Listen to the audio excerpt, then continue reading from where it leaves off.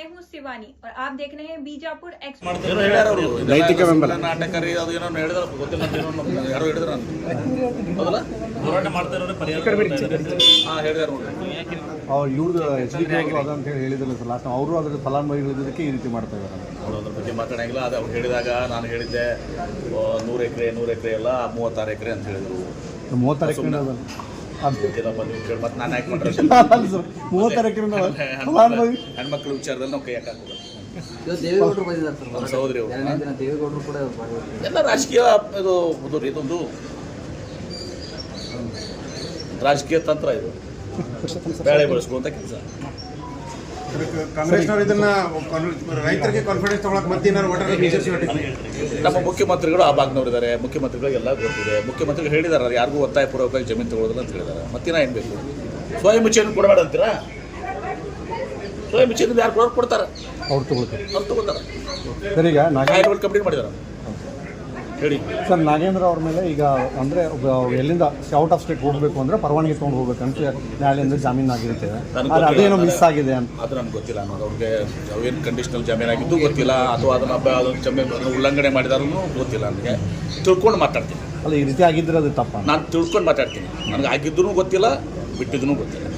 ಈಗ ಸಚಿವ ಸ್ಥಾನಕ್ಕೆ ಕೂತು ಬಂದಿದೆ ಅಂತ ಹೇಳಿ ಈಗ ಅದು ಮತ್ತೆ ಬೇರೆ ಗೊತ್ತಿಲ್ಲ. ನನಗೆ ಗೊತ್ತಿಲ್ಲ. ಅದು ಜನ ಮುಖ್ಯಮಂತ್ರಿಗಳು ತಿಳ್ಕೊತಾರೆ. ಅವರು ಮಿನಿ ಸರ್ಜರಿ ಮಾಡಕ್ ಮತ್ತೆ ಇನ್ನೂ 3 ಜನರಿಗೆ ಯಾರಿಗೂ ರಿಸೈನ್ ಮಾಡಿಸಿ 3 ಸೀನಿಯರ್ಗೆ ಕೊಡಬಹುದು ಅಂತೇಳಿ ನನಗೆ ಅದು ಯಾವುದೂ ತಿಳಿದಿಲ್ಲ.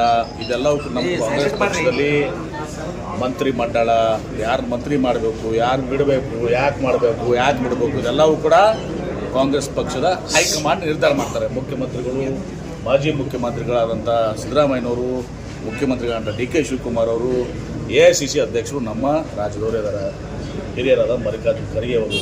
ಅವ್ರಿಗೆ ನಮ್ಮ ವಯಸ್ಸು ಎಷ್ಟಿದೆ ಅಷ್ಟು ರಾಜಕೀಯ ಅನುಭವ ಆಗ್ತಿಲ್ಲ ಸರ್. 50 ವರ್ಷ. ಈಗ ಅವ್ರು ಯಾರಿಗೆ ಏನು ಮಾಡಬೇಕು ಕಾಲಕ್ಕೆ ಅವ್ರು ಮಾಡ್ಕೊಂಡು ಹೋಗ್ತಾರೆ. ಸ್ವಾಭಾವಿಕವಾಗಿ ನೋಡ್ರಿ, ಈಗ ಸ್ವಾಭಾವಿಕವಾಗಿ ನಮ್ಮಲ್ಲಿ 136 ಜನ ಶಾಸಕರಿದ್ದೀವಿ. ಎಲ್ಲರೂ ಕೂಡ ಮಂತ್ರಿ ಆಗಲಿಕ್ಕೆ ಅರ್ಹರಿದ್ದಾರೆ. ಆದರೆ ಈಗ ಗೊತ್ತಿದೆ ಓನ್ಲಿ 30% ಎಷ್ಟು ಆಗಿದೆ. 2018 ನನಗೂ ಮಂತ್ರಿ ಬಿಟ್ರಪ್ಪ. ನಾನು ಮಂತ್ರಿ ಆಗಲಿಲ್ಲಲ್ಲ 6 ತಿಂಗಳ ಸಲ.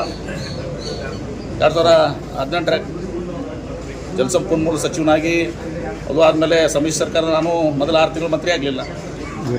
ಇವೆಲ್ಲ ಕೂಡ ಹೈಕಮಾಂಡ್ ನಿರ್ಧಾರಗಳು ಆಗಬೇಕಾಗ್ತದೆ. ಸರ್ ನಮ್ಮ ಜಿಲ್ಲೆಗೆ ಇನ್ನೊಂದು ಸ್ಥಾನ ಬೇಕು ತಾವು ಕೇಳಿದ್ರಿ, ಮತ್ತೆ ಅದು ಆಗಿಲ್ಲ. ನಾನು ಕೇಳಿದ್ದೆ ಇನ್ನೊಂದು ಸ್ಥಾನ ಸಿಗಬೇಕಂತ ಭಾಳ ಕೇಳಿದ್ದೆ ಅದನ್ನು. ಮತ್ತು ಆದರೆ ನಾನು ಮುಚ್ಚಿಮರಿ ಕೇಳಿಲ್ಲ. ಆದರೆ ನಾನು ಮುಖ್ಯಮಂತ್ರಿಗಳಿಗಾದಂಥ ಡಿ ಕೆ ಶಿವಕುಮಾರ್ ಅವ್ರಿಗೆ, ನಮ್ಮ ಇನ್ಚಾರ್ಜ್ ಸುರ್ಜೇವಾಲ ಅವ್ರಿಗೆ ಇವತ್ತು ದಿವಸ ನಾನು ಭಾಳ ಮುಕ್ತವಾಗಿ ಹೇಳಿದ್ದೀನಿ. ಬೇಕಾದ್ರೆ ಯಾರಿಗಾರೆ ಹೋಗಿ ಕೇಳ್ಕೊಳ್ಳಿದ್ರೆ ಹೋಗಿ ಅವ್ರಿಗೆ ಕೇಳ್ಕೊಳ್ರಿ. ಅಲ್ಲ ಸರ್, ಮೊದಲಿನಿಂದ ನೀವು ಸಚಿವ ಸ್ಥಾನ ಬೇಕೇ ಬೇಕು, ನಾನು ಅವ್ರಿಗೆ ಹೋರಾಟ ಮಾಡ್ತೀನಿ, ನಾನು ಅದಕ್ಕೆ ಅವ್ರಿಗೆ ಹೇಳ್ತೀನಿ ಅಂತ ಮಾಡಿದ್ದೀನಿ. ಅಷ್ಟು ಮಾಡಿದ್ರು ಕೂಡ ಮತ್ತೆ ನಿಮ್ಮ ಮೇಲೆ ಆರೋಪ ಬಂತಲ್ಲ ಅಂತ. ನೋಡಿ, ಮಂತ್ರಿ ಮಾಡೋದು ಬಿಡೋದು ಯಾರು? ಮುಖ್ಯಮಂತ್ರಿಗಳು ಮತ್ತು ಮಾಜಿ ಮುಖ್ಯಮಂತ್ರಿ ಸಿದ್ದರಾಮಯ್ಯನವರು ಹಾಗೂ AICC ಅಧ್ಯಕ್ಷರು ವೇಣುಗೋಪಾಲ್ ಅವರು, ಸುರ್ಜೇವಾಲ ಅವರು, ರಾಹುಲ್ ಗಾಂಧಿ. ನನಗೇನು ಸಂಬಂಧ ಇದೆ? 2018 ನಾನು ಮಂತ್ರಿ ಆಗಿದ್ದಾರಲ್ಲಪ್ಪ, ಅವ್ರು ಮಾಡ್ತಾರೆ.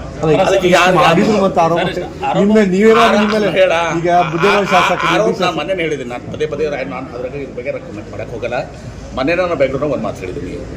ನಿಮಗೆ ಮಂತ್ರಿ ಯಾಕೆ ಮಾಡಿಲ್ಲ ಅನ್ನೋದನ್ನ ಹೋಗಿ ಯಾರಿಗೆ ಕೇಳಬೇಕು? ಮುಖ್ಯಮಂತ್ರಿಗೆ ಕೇಳ್ಕೊಡ್ರಿ, ನಿಮ್ಮನ್ನ ಯಾಕೆ ಮಂತ್ರಿ ಮಾಡಿಲ್ಲ. ಸುರ್ಜೇವಾಲಾಗ ಹೋಗಿ ಕೇಳ್ಕೊಡ್ರಿ, ನಿಮ್ಮನ್ನ ಯಾಕೆ ಮಂತ್ರಿ ಮಾಡಿಲ್ಲ, ಏನು ಕಾರಣ ನಮ್ಮ ಮಂತ್ರಿ ಮಾಡೋದಕ್ಕೆ. ನಾ ಕಾಂಗ್ರೆಸ್ ಪಕ್ಷದ ಹೈಕಮಾಂಡ್ ಅಲ್ಲ. ನಾನು 2 ಸ್ಥಾನ ಕೊಡಿ ಅಂತ ಕೇಳಿದ್ದೀನಿ. ಮತ್ತು ನನ್ನ ಅಭಿಪ್ರಾಯನೂ ಕೂಡ ನಾನು ಹೇಳಿದ್ದೀನಿ. ಈ ಜಿಲ್ಲೆಗೆ ಏನು ಮಾಡಿದ್ರು ಅನುಕೂಲ ಆಗ್ತದೆ ಅದನ್ನು ಕೂಡ ಹೇಳಿದ್ದೀನಿ. ಅದನ್ನು ಹೊತ್ತು ಬಿಚ್ಚಿದ್ದಾರೆ. ಮಾಡಿದ್ರು ಆದರೆ ಅದಕ್ಕೆ ಸ್ಪಷ್ಟನೆ ಕೊಡಲಿಲ್ಲ. ಕಾರ್ಯಕರ್ತರು ಗೊಂದಲ ಹಂಗೆ ಉಳಿತು ಸರ್. ಹೌದ್ರಿ, ಈಗ ನಿಮ್ಮ ಮೇಲೆ ಆರೋಪ ಮಾಡಿದ್ರು ಕಾರ್ಯಕರ್ತರಿಗೆ ಬಸವಣ್ಣಗೆ ಬಿಟ್ಟಿಲ್ಲ MB ಪಾಟೀಲ್ ಯಾರು? ಸರ್ ಅಟ್ಲೀಸ್ಟ್ ಕಟ್ಟುಕೊಂಡವ್ರಿಗೆ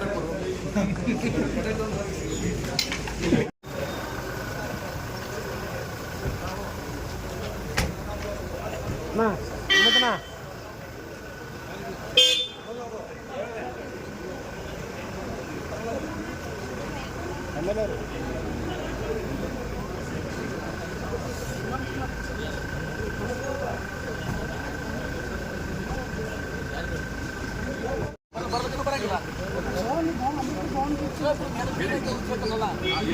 ಸರ್ ಏನು ಸರ್ ಕಮಿಷನರ್ ಏನು ಸರ್ ಒಟ್ಟು ಬಿಲ್ಡಿಂಗ್ ಬೀಳಾಕತ್ತೀವಿ ಸರ್ ಒಟ್ಟು ಕೊಡು ನಾ ಮಾತಾಡ್ತೀನಿ ಕಡೆ ಕಸಿ ಎಷ್ಟು ಹಾಕ್ಸ್ಕೊಡ್ತೀನಿ ಏನು ಸರ್ ಒಟ್ಟು 20 ಒಬ್ಬರು ಏನು ಸರ್ ಸರ್ ನೀವೇ ಮಾಡಿಕೊಡ್ತೀನಿ ಕೊಡು ಮಾಡಿಸ್ಕೊಡ್ಬೇಕು